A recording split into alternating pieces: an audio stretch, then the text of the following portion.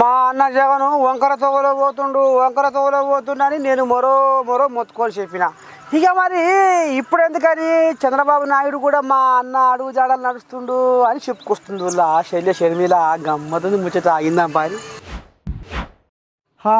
చంద్రబాబు నాయుడు కూడా మా అన్న జగన్ అడుగుజాడల్లో నడుస్తుండు అని దండోరమ్మ వచ్చి చెప్పుకొస్తుందో ఎట్లా అంటారా. ఇక మరి ఆనాడు మా అన్న జగను అమ్మ ఒడి పథకం మీద ఇక మరి ఏం చెప్పుకొచ్చిండు, ప్రతి బిడ్డకు 15,000 ఇస్తా అని చెప్పిండు. కానీ ఆఖరికి వస్తారకల్లా ఏమైంది, కుటుంబంలో ఒకే బిడ్డకి ఇస్తున్నాడు, నలుగురికి ఒకే బిడ్డకి ఇచ్చిండు. ఇక ఇప్పుడు ఈయన చంద్రబాబు ఏం చెప్పుకొచ్చిండు, ఏం చేసుకొచ్చిండు, తల్లికి వందనం పేరు మీద ప్రతి బిడ్డకు నేను 15,000 ఇస్తా అన్నాడు. ఇప్పుడు ఏం చేసిండు, ఒకే తల్లికి ఇస్తున్నాడు. అంటే ఈయన కూడా మా అన్న అడుగు జాడల్లో నడుస్తున్నాడు. ఇద్దరు దొందే అని ఈ రకంగా అమ్మాయి వెళ్ళబోసుకుంటుందో మైకుల ముందర చెల్లె షర్మిలో.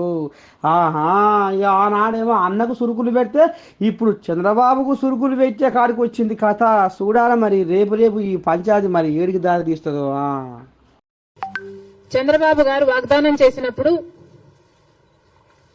ప్రతి తల్లికి ఎంతమంది బిడ్డలుంటే అంతమంది, ఒకరుంటే 15,000 వస్తుంది, ఇద్దరుంటే 30,000 వస్తుంది, ముగ్గురుంటే 45,000 వస్తుంది, నలుగురుంటే ఏకంగా 60,000 వస్తుంది అని చంద్రబాబు గారు ఊదరగొట్టి మరీ క్యాంపెయిన్ చేశారు. మరి ఈ స్కీమ్కు విధి విధానాలు ఎలా ఉంటాయి?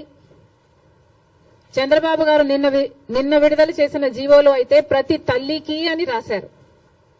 అంటే ఈ పథకం ప్రతి తల్లికి 15,000నా లేకపోతే ప్రతి బిడ్డకు 15,000నా? చాలా కన్ఫ్యూజింగ్ గా ఉంది. ఈ సాక్షి పత్రిక అయితే ప్రతి తల్లికి 15,000 మాత్రమే, అంటే ఒక్కరికే ఇస్తారు, తల్లికి ఇస్తారు, ఒక బిడ్డకు చొప్పునే ఇస్తారు, మిగతా వాళ్ళకందరికీ ఎగనామం పెడతారు అని సాక్షి రాయడం జరిగింది. మరి చంద్రబాబు గారు దీనికి క్లారిటీ ఇవ్వాలి. ఈ పథకం వర్తిస్తున్నది ప్రతి తల్లికి 15,000 లేకపోతే ప్రతి బిడ్డకు 15,000? చంద్రబాబు గారు వాగ్దానం చేసినట్టు ప్రతి బిడ్డకు 15,000 ఇవ్వాలని, ఆ లెక్కన నలుగురు బిడ్డలుంటే 60,000 ఇవ్వాలని మేము డిమాండ్ చేస్తున్నాం. ఇంకో మారు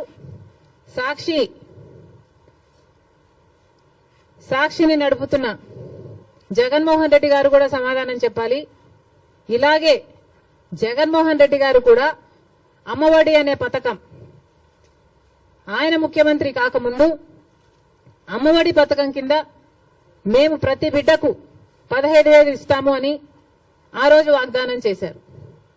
తర్వాత ముఖ్యమంత్రి అయ్యారు జగన్మోహన్ రెడ్డి గారు, ప్రతి బిడ్డకు 15,000 ఇవ్వలేదు, ఒక్క బిడ్డకు మాత్రమే.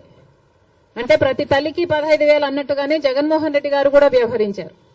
మరి జగన్మోహన్ రెడ్డి గారికి ఆ వాగ్దానం గుర్తులేదేమో ఈ రోజు చంద్రబాబు గారు గురించి రాస్తున్నారు.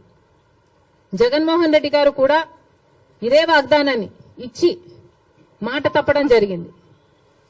తల్లికి 15,000 అని అనకుండా ఆ రోజు బిడ్డకు ఎంతమంది బిడ్డలుంటే అంతమంది బిడ్డలకు 15,000 ఇస్తాము అని తాను చెప్పడమే కాదు, జగన్మోహన్ రెడ్డి గారి తరపున క్యాంపెయిన్ చేసిన నేను కూడా, నాతో కూడా అదే వాగ్దానమే చెప్పించారు. ఆ రోజుల్లో నేను కూడా జగన్మోహన్ రెడ్డి గారు ఈ పథకాన్ని అమలు చేస్తారు అని నమ్మి బాయ్ బాయ్ బాబు క్యాంపెయిన్ లో నేను కూడా ప్రచారం చేయడం జరిగింది. కానీ జగన్మోహన్ రెడ్డి గారు ముఖ్యమంత్రి అయిన తర్వాత అమ్మఒడి పథకం కింద కేవలం ఒక బిడ్డకు మాత్రమే ఇవ్వడం జరిగింది. జగన్మోహన్ రెడ్డి గారు ఒక బిడ్డకే ఇచ్చారు, ఇప్పుడు చంద్రబాబు గారు కూడా ఒక బిడ్డకే ఇస్తారు అని అర్థం వచ్చేటట్టుగా నిన్న జీవోలో ప్రతి తల్లికి 15,000 అని రాయటం జరిగింది. కాబట్టి చంద్రబాబు గారు దీని మీద క్లారిటీ ఇవ్వాల్సిన అవసరం ఉంది అని కాంగ్రెస్ పార్టీ డిమాండ్ చేయడమే కాకుండా ప్రతి బిడ్డకు మీరు వాగ్దానం చేసినట్టు సూపర్ 6 లో ఉన్న ప్రతి వాగ్దానము నిలబెట్టుకోవాలని కాంగ్రెస్ పార్టీ చంద్రబాబు గారిని, కూటమిని డిమాండ్ చేస్తున్నాం. ఇక ఇటీవల క్రియేట్ చేస్తున్న confusion Visakhapatnam steels, Vizag steel కు సంబంధించి తెలుగుదేశం పార్టీ ప్రజాప్రతినిధులే రకరకాలుగా మాట్లాడుతున్నారు. ఒకరేమో అది లాస్ మేకింగ్ కంపెనీ, అమ్మక తప్పదు అని ఒక రకంగా మాట్లాడతారు. ఇంకొకరేమో ప్రైవేటైజ్ చేయము అని మాట్లాడతారు. అసలు విశాఖ స్టీల్ కు ఇంత ప్రమాదం ఎందుకు వచ్చిందో ఆంధ్ర రాష్ట్ర ప్రజలందరూ కూడా ఆలోచన చేయాలి. అధికారంలో ఉన్న బీజేపీ పార్టీ అయితేమి, ఇక్కడ అధికారంలో ఉన్న చంద్రబాబు గారు అయితేనేమి ఆలోచన చేయాలి.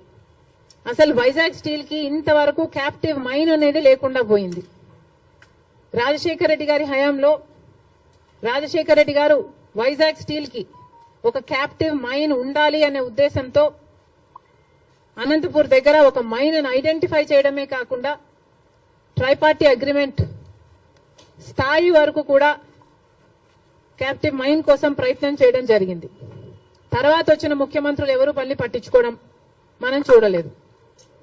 రాజశేఖర రెడ్డి గారు ముఖ్యమంత్రిగా